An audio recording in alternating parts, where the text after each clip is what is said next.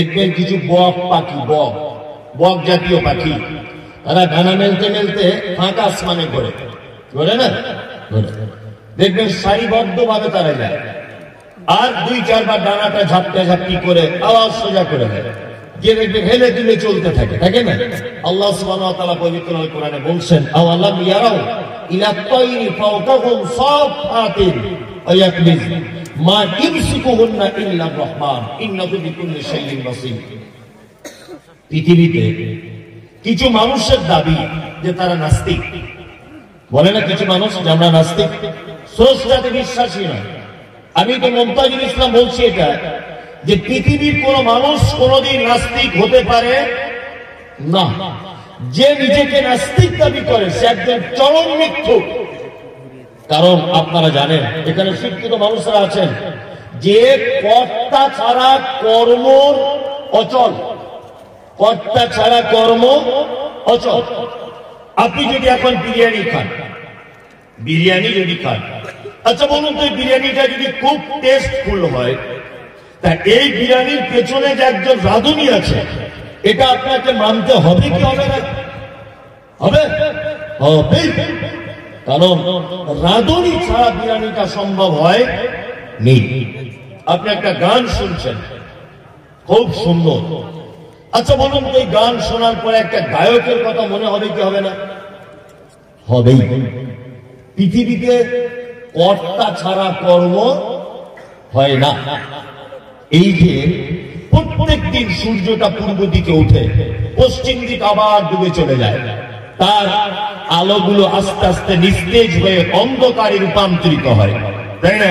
আচ্ছা বলুন তো, প্রত্যেক দিন একই টাইমে নির্দিষ্ট সময় একটাই রাস্তা দিয়ে প্রতিনিয়ত তাকে নিয়ন্ত্রণ করা, তাকে তোলা, তাকে ডোবানো, তার তেজকে বাড়িয়ে দেওয়া, তার তেজকে কমিয়ে দেওয়া। আচ্ছা বলুন তো, এটা তো একটা কাজ কি কাজ নয়? কাজ। কাজের পিছনে কর্তা থাকতে হবে কি হবে না? হবে। তার মানে কর্তা ছাড়া কখনো কাজ হয় না। এই যে মাইকের সাউন্ড আপনারা শুনতে পাচ্ছেন, এই সাউন্ডের পিছনে মুমতাজুল ইসলাম লুকিয়ে আছে না নেই? আছে। আল্লাহ সুবহানাহু ওয়া তাআলা বিশেষ করে আমার মনে হয় নাস্তিক কোয়ালিটির মানুষদের জন্য বলছেন, আওয়ালাম ইয়ারাউ ইলা তায়রি ফাওকাহুম সাফাতিন আয়াকবিজ মা ইমসিকুহুন্না ইল্লা রহমান ইন্নাহু বিকুল্লি শাইইন বাসীর। তোমরা কি আকাশের দিকে দেখো না? পক্ষীগুলোরা তখন যারা পেট ভর্তি করে নিজের ভাষার দিকে আবার ফেরত আসে, তারা ডানা ঝাপটাতে ঝাপটাতে এক পর্যায়ে ডানাকে স্থির করে দেয়। আল্লাহ এখানে বলতে চাইছেন যে তোমরা কি স্থির করা ডানা পক্ষীগুলোর দিকে দেখো না? মহাশূন্যতে তাদেরকে কে ভাসমান অবস্থায় রাখে? পৃথিবীর কোন মানুষের পক্ষে সম্ভব? আল্লাহ বলছে ইল্লা রহমান, এটা আমার পক্ষে সম্ভব, আর কারোর পক্ষে সম্ভব? আপনার পক্ষে সম্ভব আছে যে একটা বাটি, একটা থালা, একটা কোনো জিনিস ভাসমান অবস্থায় প্যান্ডেল আর এই মাটির মাঝখানে রেখে দেবে? কারো ক্ষমতা আছে না। আল্লাহ বলছে ইল্লার রহমান, এটা শুধুমাত্র ক্ষমতা কার? আল্লাহ। প্রত্যেক জিনিস এর ভিতরে বর্ণনা হয়েছে। আর পবিত্র আল কোরআনে যত কথা বর্ণনা হয়েছে, প্রত্যেক কথা কাদের জন্য? হুদাল লিন নাস, মানুষের জন্য। আর শুধু মানুষের জন্য নয়, মানুষের জন্য কল্যাণকর, তার জন্য ফলদায়ক, লাভজনক কথা আল্লাহ সুবহানাহু ওয়া তাআলা পবিত্র আল কোরআনে সব জায়গায় বর্ণনা করে দিয়েছেন। এখান থেকে আমার আলোচনা শুরু করছি। এতক্ষণ ভূমিকাতে কয়েকটা জিনিস বুঝিয়ে দিলাম। এক, কোরআন এসেছে তাহলে কাদের জন্য? মানুষের জন্য। আল্লাহ শব্দ ব্যবহার করেছেন হুদাল লিন নাস। আরবিতে কিছু শব্দ আছে যেগুলো উভয় লিঙ্গকে বোঝায়, বাংলাতেও তেমন আছে। যেমন আমরা জানি শিশু একটা শব্দ। আচ্ছা, শিশু বলতে নারী পুরুষ উভয়কেই বোঝায়? বোঝায় না? বোঝায়। আমরা কিন্তু কখনোই মহিলাদের ক্ষেত্রে বলি না শিশু নি, বলি না, সবার জন্য শিশু। আল্লাহ সুবহানাহু ওয়া তাআলা পবিত্র আল কোরআনে কিছু লিঙ্গ শব্দ ব্যবহার করেছেন, নাস, নারী পুরুষ সবাই। এর একটা ব্যাখ্যা বা এর একটা আর একটা জিনিস দিলে আপনার বুঝতে সুবিধা হবে। জান্নাতে পুরুষ মানুষদের কি দেওয়া হবে? হুর। হুর মানে হুর মানে নারী। তাহলে হুর মানে যদি নারী হবে, তাহলে নারীরা জান্নাতে গিয়ে কি করবে? তরকারি রান্না করবে, কি করবে? হুর এটা এমন একটি শব্দ যেটা উভয় লিঙ্গকে বোঝানো হয়েছে। হুর শব্দের অর্থ, শাব্দিক অর্থ হচ্ছে বিপরীত লিঙ্গ। ভালো করে বুঝবেন এগুলো, বিপরীত লিঙ্গ। তাহলে পুরুষের জন্য নারী, নারীর জন্য পুরুষ, তাই না? জি। সঙ্গী বা সঙ্গিনী উভয় কি বোঝায় হুর শব্দটা? তা আল্লাহ সুবহানাহু ওয়া তাআলা বলছেন নাস, মানুষের জন্য এসেছে। এবার আর একটা কথা দিয়ে আপনাকে বোঝালে খুব ভালো করে আপনি বুঝবেন। আমাদের সকলেই যারা এখানে বসে আছি, আচ্ছা আমরা সবাই তো মানুষ। মানুষ একজন স্কুলে পড়ায়, তাকে কি বলে লোক? মাস্টার। আর একজন জ্বর পাতলা পায়খানা হলে ওষুধ ইঞ্জেকশন দেয়, প্রয়োজনে সিরিঞ্জ ব্যবহার করে, প্রয়োজনে ফোঁড়াটা কেটে দেয়, এই লোকটাকে কি বলে? ডাক্তার।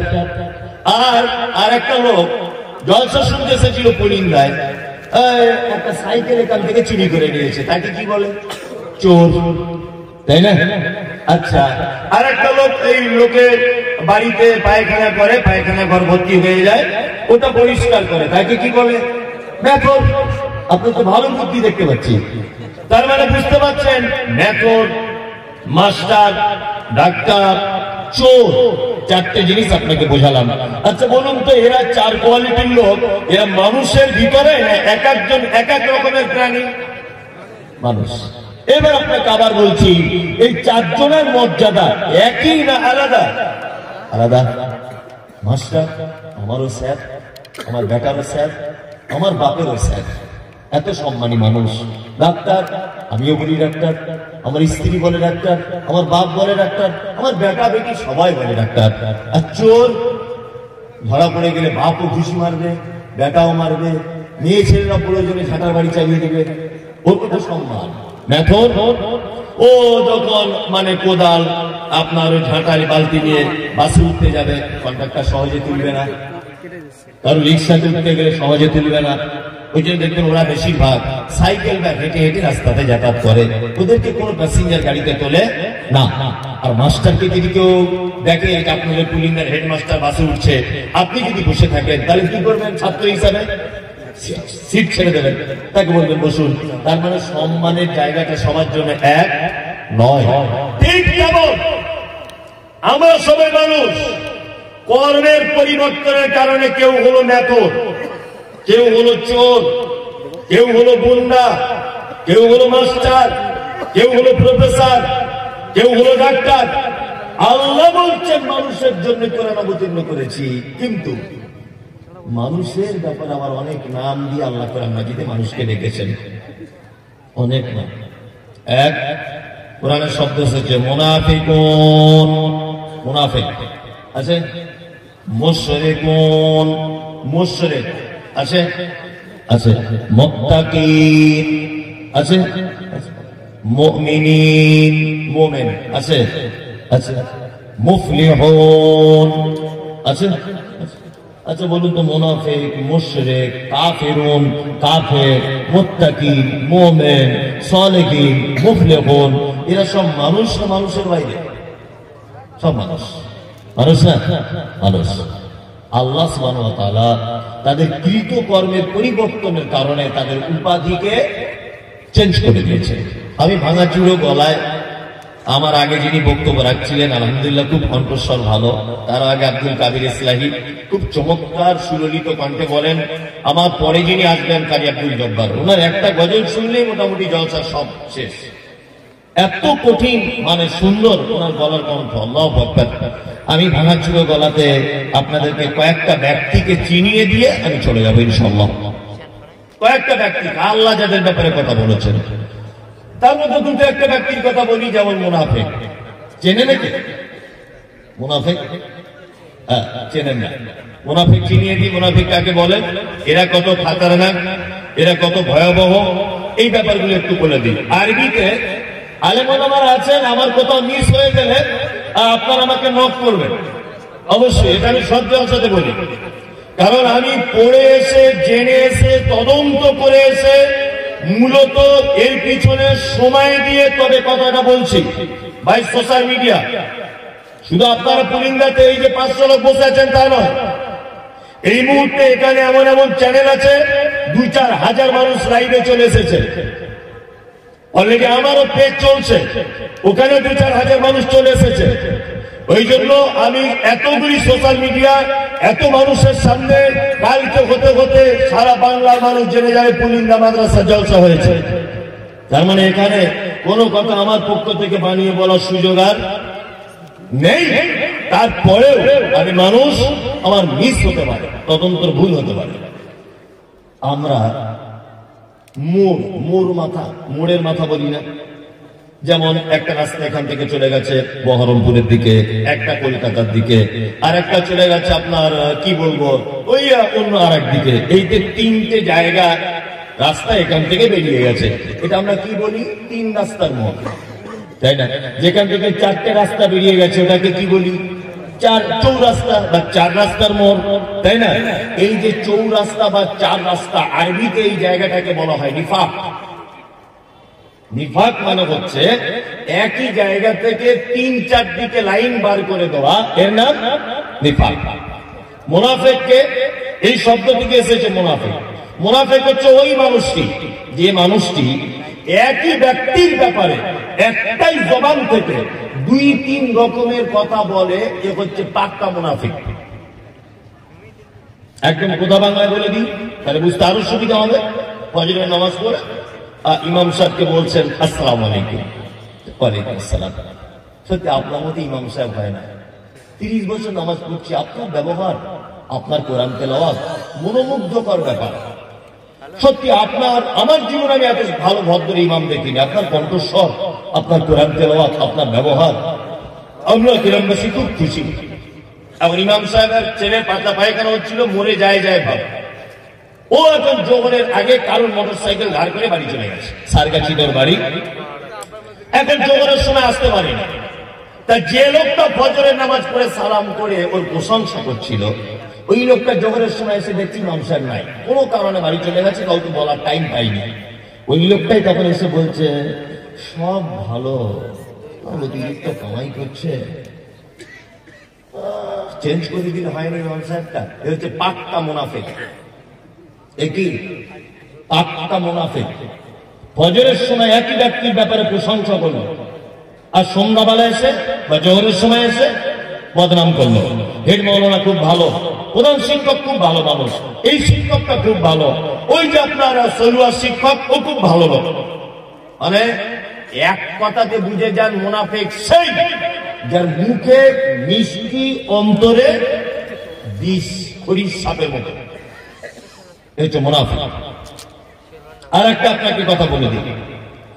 আচ্ছা, পৃথিবীর সব থেকে বড় পাপের নাম কি? শিরক, তাই না? শিরক সবচেয়ে বড় পাপ। তারপর ধরে নেন পিতামাতার সঙ্গে সদ্ব্যবহার করা, তারপর এতিমের মাল আত্মসাৎ করা, তারপর মিথ্যা সাক্ষ্য প্রদান করা, তারপর ব্যভিচারে লিপ্ত হওয়া, তারপর সতী সাধ্বী নারীকে অপবাদ দেওয়া, তারপর আরো বড় বড় বড় বড় পাপ। ইসলামের 70টা কাবিরা পাপের সিরিয়াল দেওয়া হয়েছে। কটা? 70টা। 69টা ডাইরেক্ট, আর একটা মাত্র পাপের ব্যাপারে ওলামাদের ভিতরে মতভেদ রয়েছে। 69টা ডাইরেক্ট পাপ খুঁজে পাওয়া গেছে, একটা পাপের ব্যাপারে একটু ওলামাদের ভিতরে মতভেদ। যাই হোক, আমি একদম 70টাই ধরে নিলাম পৃথিবীতে বড় পাপ। 69টা পাপ যদি কেউ করে, জাহান্নামের কোন জায়গায় থাকবে? সে জাহান্নাম যেতে পারে, কিন্তু জাহান্নামের কোন জায়গায় থাকবে আল্লাহ বা তার রাসূল এ ব্যাপারে কোন নির্দিষ্টকরণ করে নেই। একটা লোক ব্যভিচার করলো, ব্যভিচার করার পর মারা গেল, লোকটা জাহান্নাম যেতে পারে। একটা লোক এতিমের সম্পদ আত্মসাৎ করলো, ও জাহান্নাম যেতে পারে। একটা লোক পিতামাতার অসৎ ব্যবহার করেছে, ও জাহান্নাম যেতে পারে। একটা লোক মিথ্যা সাক্ষ্য প্রদান করেছে, ও জাহান্নাম যেতে পারে, যাবে ধরে নেন 100%। তবে জাহান্নামের কোথায় থাকবে কথা আল্লাহ তাআলা কিছু বলছেন, ও স্বাভাবিক গতিতে জাহান্নামে থাকবে। কিন্তু মুনাফিকরা এত বড় খতরনাক, আল্লাহ সুবহানাহু ওয়া তাআলা বলছেন ইন্নাল মুনাফিকিনা ফি দারকিল আসফালি মিনান নার, এরা এত নিকৃষ্ট পাপী যে জাহান্নামের একেবারে নিম্ন স্তরে, একেবারে তলাতে এদেরকে রাখা হবে। কি বললাম বুঝলেন? চলো, মুনাফিকরা চিনে নিলেন আপনি। মৌখিক বাহ্যিক দৃষ্টিতে মুনাফিক চিনবেন কেমন করে? বাহ্যিক দৃষ্টিতে মুহাম্মদ সাল্লাল্লাহু আলাইহি ওয়াসাল্লাম বলেছেন আয়াতুল মুনাফিকি সালাসাতুন, মুনাফিক চিনতে গেলে তিনটে গুণ তার উপর থেকেই বোঝা যাবে। কটা গুণ? তিনটা। মুনাফিকের ব্যাপারে আলোচনা আপনি এখন সবে শুরু করছি। কোরআনে আল্লাহ কি বলেছে আপনি যদি শোনেন তাহলে এখান থেকে পালাতে রাস্তা পাবেন না। কঠিন ব্যাপার হয়ে গেল মমতাজুল কেনে। আমি এখনো তো কোরআনে আয়াতগুলো সব ব্যাখ্যা বিশ্লেষণ করিনি, আপনি বসুন চুপচাপ, আমার পরেও বক্তা আছে। চলুন, মুনাফিক বাহ্যিক দৃষ্টিতে তাকে দেখে চিনবেন কি করে? এক, কথা বললে মিথ্যা কথা বলে। দুই, ওয়াদা করলে খেলাফ করে। তিন, ইযা তুমিনা খানা, আমানত দিলে খিয়ানত করে। চার, আর একটা হাদিসে আছে ঝগড়া অশান্তি হলে অকথ্য ভাষায় গালাগালি করে। মুনাফিকের বাহ্যিক দৃষ্টিতে কটা গুণ? চারটে, তাই তো? হ্যাঁ। এইবার আপনাকে বলছি, সাহাবীগণ বলছেন আল্লাহ রাসূল, একটা লোক যদি মিথ্যা কথা বলে, একটা লোক যদি আমানতের খিয়ানত করে, একটা লোক যদি ওয়াদা ভঙ্গ না যদি করে, কিন্তু লোকটা ঝগড়া বলে গালাগালি করে, মানে তিনটে গুণ তার ভিতরে নেই, একটা আছে, কি করা যাবে? সাহাবীরা আল্লাহ রাসূলকে জিজ্ঞাসা করছেন, এর উত্তর কি? আগেকার দিনে পুরাতন মা চাচিরা পাড়া গ্রামে বাচ্চাদের ফোঁড়া হলে ফোঁড়া ধরে টিপে দিত না? আর ফোঁড়ার ভিতরে একটা বীজ মতো থাকে, বীজ থাকে না? ও বলে যে ওই বীজ না বার করলে ওই বীজ আবার অন্য জায়গায় গিয়ে হবে ফোঁড়া, বলতো না? ওই জন্য বাচ্চা ছেলে হাত পা বেঁধে দিয়ে হলেও বীজ আগে বার করা লাগবে, তাছাড়া অন্য জায়গায় গিয়ে আমার হবে। ঠিক কেমন মুহাম্মদ সাল্লাল্লাহু আলাইহি ওয়াসাল্লামের ভাষা অনুযায়ী ওর ভিতরে যদি একটা গুণ যদি থাকে তাহলে মুনাফিকের বীজ আছে, ওই বীজটাকে বার করতে হবে। কি বললাম বুঝলেন? তার মানে যে গুণটা ওর ভিতরে আছে ওই গুণটা ওকে এখনই ত্যাগ করা কি লাগবে, তাই না? চলুন, এটা বাহ্যিক দৃষ্টিতে মুনাফিকের গুণ। মুনাফিকের অন্তরে আভ্যন্তরীণ গুণ কেমন? আল্লাহ তাআলা বলছেন وَمِنَ النَّاسِ مَن يَقُولُ آمَنَّا بِاللَّهِ وَبِالْيَوْمِ الْآخِرِ وَمَا هُمْ بِمُؤْمِنِينَ। মুনাফিকদের আরেকটা চরিত্র হলো এই, তারা ঠিক এইরকম আমার মতোই বড় পাঞ্জাবি পরে, মাথায় টুপি দিয়ে, হাতে তসবিহ নিয়ে আপনার কাছে আসে। যদিও পাঞ্জাবি তসবির কথা এখানে বলা নেই, আমি বোঝানোর জন্য বলছি। এক কথায় মুসলিম ইমানদারদের ভ্যাগ ধরে আপনার কাছে আসে। আল্লাহ নবীকে বলছেন আপনার কাছে আসে, এসে বলে আমরা আখিরাতকে বিশ্বাস করি, আপনাকে নবী বলে বিশ্বাস করি, কিন্তু আল্লাহ তাআলা তাদের ব্যাপারে সার্টিফিকেট দিয়ে বলছেন ওমা হুম বিমুমিনিন, একজন তারা মুমিন নয়, তারা সব মুনাফিক। তার মানে এখানে মুনাফিকের আর একটা চিহ্ন পাওয়া গেল যে তারা মুখে যেটা বলে অন্তরে তার বিপরীত থাকে। এটা তো মুর্শিদাবাদ জেলা, মুর্শিদাবাদ না? মুর্শিদাবাদ জেনারেল শিক্ষিত মানুষেরা জানেন যে নবাব সিরাজউদ্দৌলা পলাশীর আমবাগানে ব্রিটিশদের সাথে যুদ্ধ করেছিলেন, মনে আছে? জিতেছিলেন না হেরে গিয়েছিলেন? হেরে গিয়েছিলেন, তাই না? ইতিহাস পড়ে যদি আপনি দেখেন হেরেছিলেন কার জন্য? মীর জাফর আলী। নবাবের বাড়িতে থেকেছে, নবাবের গাড়িতে চড়েছে, নবাবের কাছে টাকা পয়সা ঝেড়েছে, আর নবাব ব্রিটিশদেরকে তাড়ানোর জন্য যত কৌশল অবলম্বন করেছিলেন, মীর জাফর আলী টোটাল কৌশলের সমস্ত ম্যাটারটাই বলে দিয়েছিলেন ব্রিটিশ গোয়েন্দাদের কাছে। এই কারণে পলাশীর আমবাগানের লাল পতাকা নিয়ে বাড়ি চলে আসতে হয়েছিল, আপনারা ইতিহাস জানেন। কি বললাম বুঝলেন? আজও পর্যন্ত এরকম মুনাফিক আছে না নেই? অন্তরে একরকম, মুখে একরকম আছে, আছে।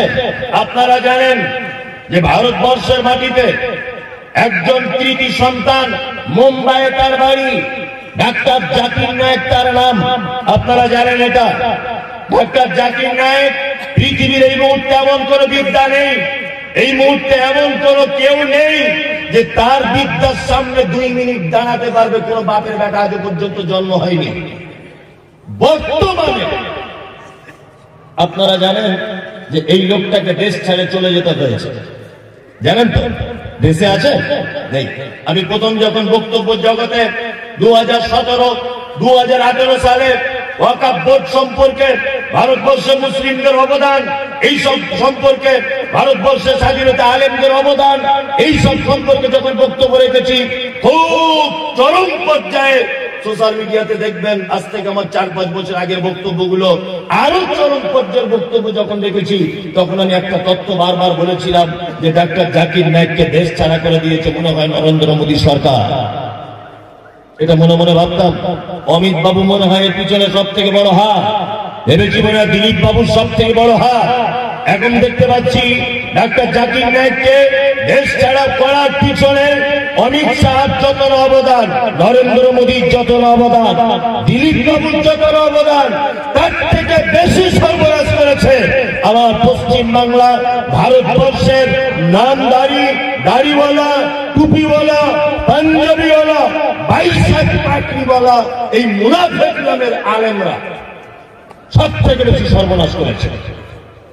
তার একটা জ্বলন্ত প্রমাণ, বাংলাদেশের ময়মনসিংহের একজন বদমাশ বিতর্কিত লেখিকা, তার নাম তসলিমা নাসরিন। ওই অসভ্য মহিলাটি ভারতবর্ষে আসার ভিসা পায়। ভালো করে বুঝবেন, আব্দুর রাজ্জাক বিন ইউসুফ আর ভিসা পাচ্ছে না। কেন? কি কারণে? মেয়ের হাত ধরে টেনেছে। আব্দুর রাজ্জাক বিন ইউসুফ, ওর বেটা ভিসা পাচ্ছে না। কেন? ওর বেটা কি কারোর ধর্ষণ কেসের আসামি? আল্লামা দেলোয়ার হোসেন সাইদি কোনদিন ভিসা পেলেন না এই দেশে আসার জন্য। পেয়েছেন? শুনেছেন কোথাও সাইদি সাহেব এসেছিলেন? শোনেননি। কারণ কি? সব এই মুনাফিকদের কারণে। আব্দুর রাজ্জাক বিন ইউসুফ বাংলাদেশ থেকে আসবেন, এখানে ইসলামের কথা বলবেন, অসুবিধা কোথায়? অসুবিধা আছে এই যে পীর ফকির মাজার করে বসে আছে, চিটিং বাজ, চোর, দাগাবাজ, এরা হচ্ছে পাক্কা মুনাফিক। এদের মুখে একরকম নবী নবী নবী, আর ওই নবীর কথা কি যখন আব্দুর রাজ্জাক বিন ইউসুফ বা ওনার বেটা বা ডাক্তার জাকির নায়েক সত্যটা যখন বলে দিতে চাইছে জাতির সামনে, তখন ওনার বিরুদ্ধে মামলা করে দিচ্ছে। ওই আপনারা কোর্টে গিয়ে আপিল জমা দিচ্ছে যে ওতে যাতে ইন্ডিয়া আসতে না পারে, এলে আমাদের মাজারগুলো সর্বনাশ হয়ে যাবে। হচ্ছে মুনাফিক। কি বলছে বুঝতে পারছেন? চলুন মুনাফিকদের ব্যাপারে একটু একটু একটু করে অনেকটাই জানলেন। এবার একটা মারাত্মক কথা বলে দিই। এক, আমি মমতাজুল ইসলাম কোটি কোটি টাকা সুদ খেয়েছি, আমি মারা গেলাম। আচ্ছা বলুন তো, আমার জানাজা পড়া যাবে কি যাবে না? কি এত বড় মাদ্রাসা আছে, আহলে হাদিস গ্রাম, এতটুকু বলতে পারছেন না? আমি পাপী একজন, ব্যভিচার করেছি, সুদ খেয়েছি, মদ পান করেছি, আমি মারা গেলাম, আমার জানাজাটা পড়া যাবে না? যাবে, যাবে, কোনো সমস্যা নেই, যাবে। আপনার ইচ্ছা হলে আপনি যাবেন, কোনো সমস্যা নেই। যদি বেনামাজিও হয় তা আপনি যাবেন জানাজা পড়তে, মানা নেই। তবে অন্য বেনামাজিকে শিক্ষা দেওয়ার জন্য আপনি যাবেন না, সেটা আলাদা ব্যাপার, কিন্তু যাবেন, অসুবিধা কিছু নেই, পাপ নেই। আপনাকে এবার একটা কথা, মজার ঘটনা বলি, শুনে রেখে যান। তখনকার দিন আলেম ওলামারা তো আছে, এসব বক্তব্য সব জানেন ওনারা। মুনাফিকদের সর্দার ছিল কে? আব্দুল্লাহ ইবনে উবাই ইবনে সুলুল, মুনাফিকদের সব থেকে বড় সর্দার।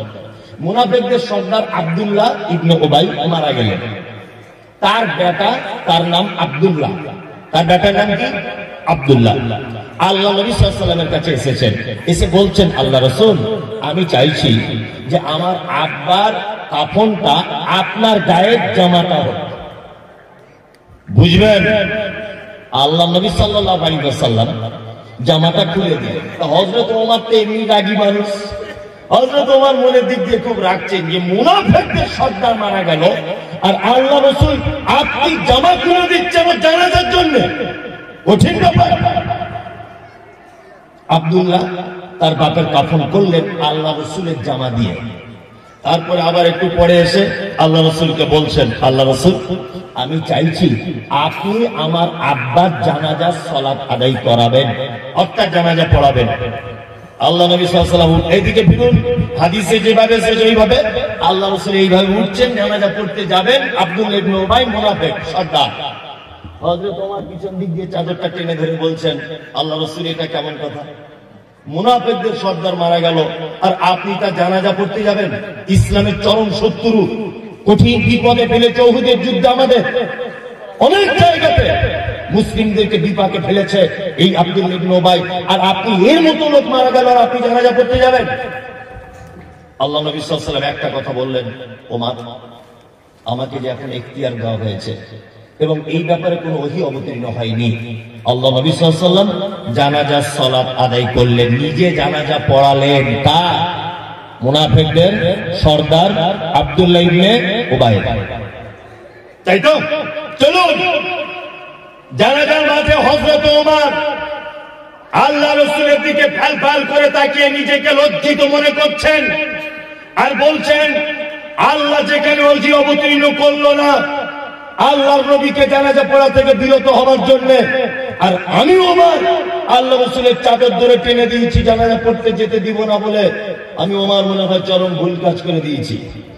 এবার আপনাকে আর একটা কথা বলি, নবী বলেছেন আমার পরে যদি কেউ নবী হতো, হতো কে? কেউ নবী হতো? ওমর। কেন?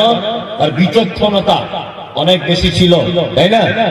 আল্লাহ সুবহানাহু ওয়া তাআলার নবীর সাহাবী হযরত ওমর যখন মন টন খারাপ করে বসে আছেন, আমি ফালতু কাজে কেন নবীকে বারণ করতে গেলাম, সাথে সাথে কোরআনের আয়াত অবতীর্ণ হলো, ওয়ালা তুসাল্লি আলা আহাদিন মিনহুম মাতা আবাদা ওয়ালা তাকুম আলা কবরিহি, নবীর উপরে কোরআন অবতীর্ণ হলো, নবী মুনাফিকদেরকেও মারা গেলে কষ্টিন কালেও আপনি জানাজার সালাত আদায় করতে যাবেন না। আজকে যা করেছেন করেছেন, আজকে থেকে শেষ। আর মুনাফিকদেরকেও মারা গেলে জানাজা পড়া যাবে না। শুধু জানাজা নয়, আল্লাহ নবীকে বলছেন ওয়ালা তাকুম আলা কবরিহি, আপনি মুনাফিকদের কবরের পাশে পর্যন্ত দাঁড়াবেন না। আল্লাহ তারপরে বলছেন ইন্নাহুম কাফারু, নিশ্চয়ই তারা অস্বীকার করেছে বিল্লাহি, আল্লাহর সাথে, ও রাসূলিহি, রাসূলের সাথে, ও মাতু ওয়া হুম ফাসিকুন, এবং তারা মৃত্যুবরণ করেছে ফাসিক অবস্থাতে। তার মানে পৃথিবীতে এমন কোন পাপী নেই যে পাপীর ব্যাপারে ডাইরেক্ট বলা হয়েছে তার জানাজা পড়া যাবে না। ভালো করে বোঝার চেষ্টা করুন। কিন্তু মুনাফিক তো খাতারনাক পাপী, যার ব্যাপারে ডাইরেক্ট কোরআন অবতীর্ণ হয়েছে ওয়ালা তুসাল্লি আলা আহাদিন মিনহুম মাতা আবাদা ওয়ালা তাকুম আলা কবরিহি। আল্লাহ সুবহানাহু ওয়া তাআলা নবীকে বলছেন, নবী মুনাফিকদের যদি কেউ মারা যায় ওয়ালা তুসাল্লি, আপনি কষ্টিন কালেও তাদের জানাজা করতে পারবেন না। দুই, ওয়ালা তাকুম আলা কবরিহি, মুনাফিকদেরকে মারা গেলে আপনি তার কবরের সামনে দাঁড়াতে পারবেন না। তার মানে বুঝতে পারছেন এরা কত খাতারনাক? বুঝতে পারছেন? এই দেখেন এরা কত খাতারনাক। আর একটা কোরআনের আয়াত, ওই একই সূরা, একটাই সূরা 80 নম্বর আয়াত, সূরা তওবা। আর এইটা যেটা বললাম এটা 84 নম্বর আয়াত। আবার একটা আয়াত আপনাকে বলে দিব, এটা হচ্ছে 113 নম্বর আয়াত। 80 নম্বর আয়াত আল্লাহ সুবহানাহু ওয়া তাআলা একটা কথা বলছেন চমৎকার। আচ্ছা, তাহলে মুনাফিকদের জানাজা পড়া গেল না, আমি মারাত্মক বড় একজন পাপী। আচ্ছা, আপনি আমার জন্য একটু ক্ষমা চাইতে পারেন কি পারেন না? পারেন? পারেন, কোনো ব্যাপার না। আপনি দোয়া করবেন, ও রব্বানা আতিনা, আল্লাহ আমার ভাই মুমতাজুল ইসলাম বড় পাপ করেছে, দয়া করে তুমি আমার ভাইকে ক্ষমা করে দাও। পুলিন্দা মাদ্রাসার হেড মাওলানা মারা গেছে, আপনি যদি দোয়া করেন আল্লাহ আলেম মানুষ ছিলেন, চলার পথে যদি ভুল হয় ক্ষমা করে দাও।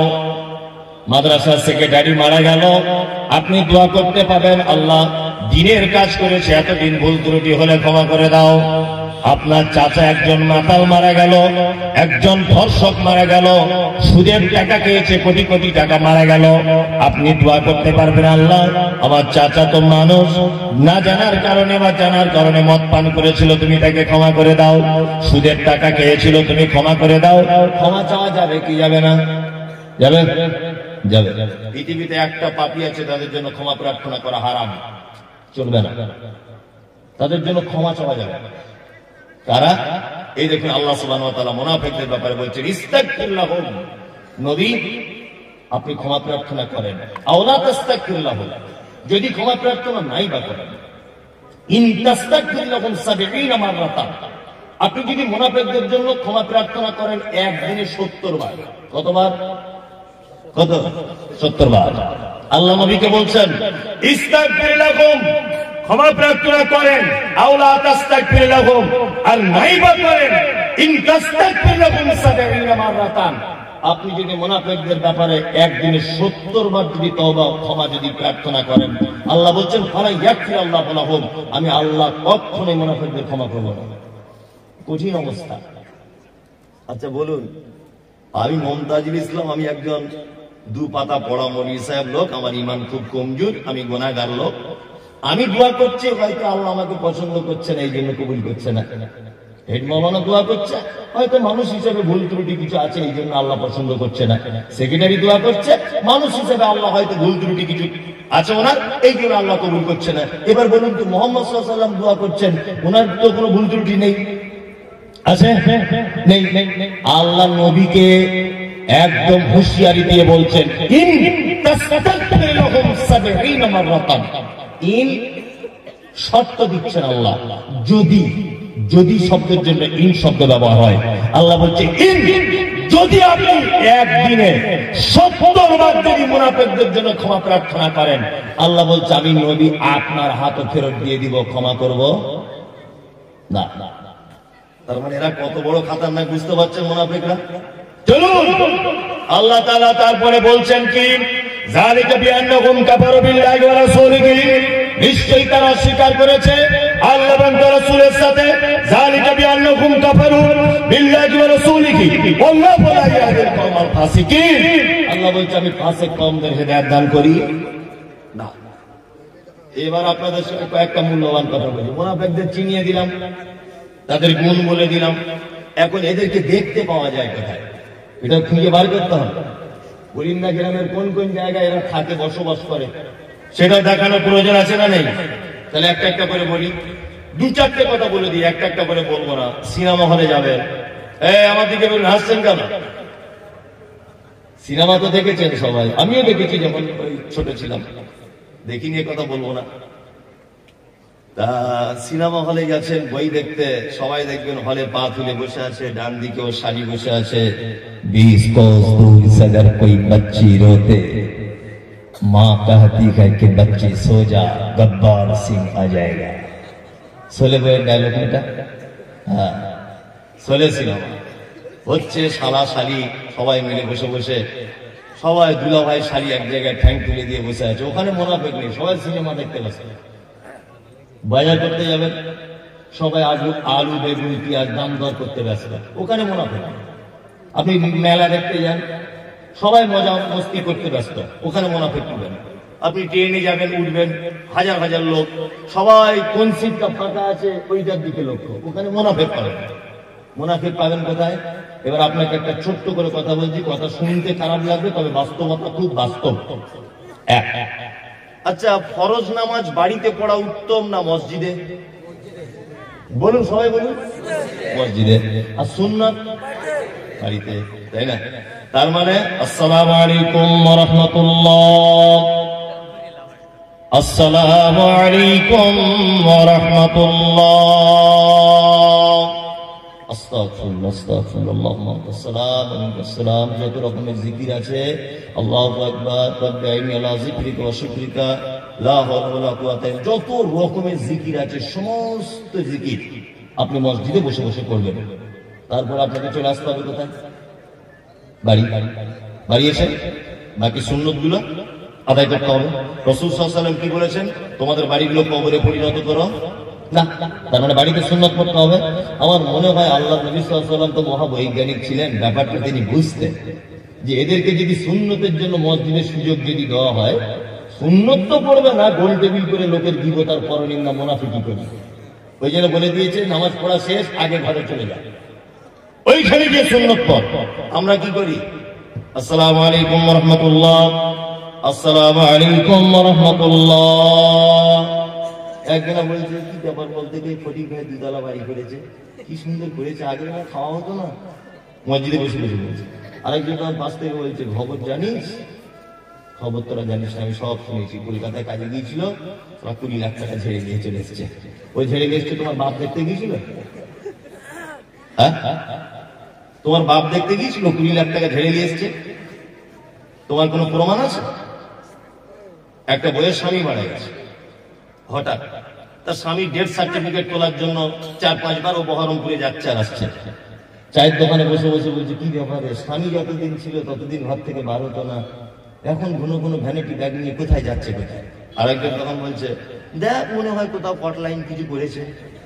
তো ও কটলাইন করেছে, তুমি দেখতে গিয়েছিলে? তোমার বাপ দেখতে গিয়েছিল?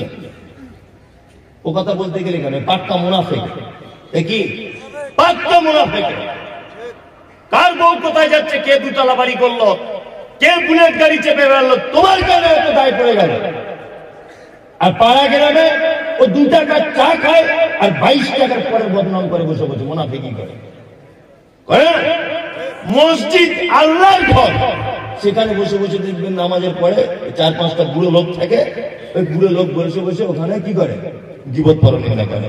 মসজিদে কাঁচা কুঞ্চি রেখে দেবেন, ইমাম সাহেবকে বলছি, বুঝলেন? মসজিদে কাঁচা কুঞ্চি, নামাজের পরে দেখবেন যে এরকম চলছে, প্যাচাম প্যাচাম করে তার পাছায় চাপকে দিলেন। আরে গরমকাল আসছে, হারাম করে এত বড় বদমাশ নামাজের পরে মসজিদের কারেন্ট পুড়িয়ে বসে বসে গল্প করছে, আছে না? বসে বসে নামাজ পড়া বাদ দিয়ে দুনিয়ার কথা, হেড মাওলানার দুর্নাম, মাদ্রাসার দুর্নাম, সেক্রেটারির দুর্নাম, ও টাকা মেরে খায়, ও মুখ করে খায়, আর তুমি ধোয়া তুলসী পাতা। সবাই খারাপ আর তুমি ভালো গ্রামে। এরকম লোক আপনাদের কুলিঙ্গাতে নেই, আমাদের ওদিকে আছে। না বলবো না, মারবে।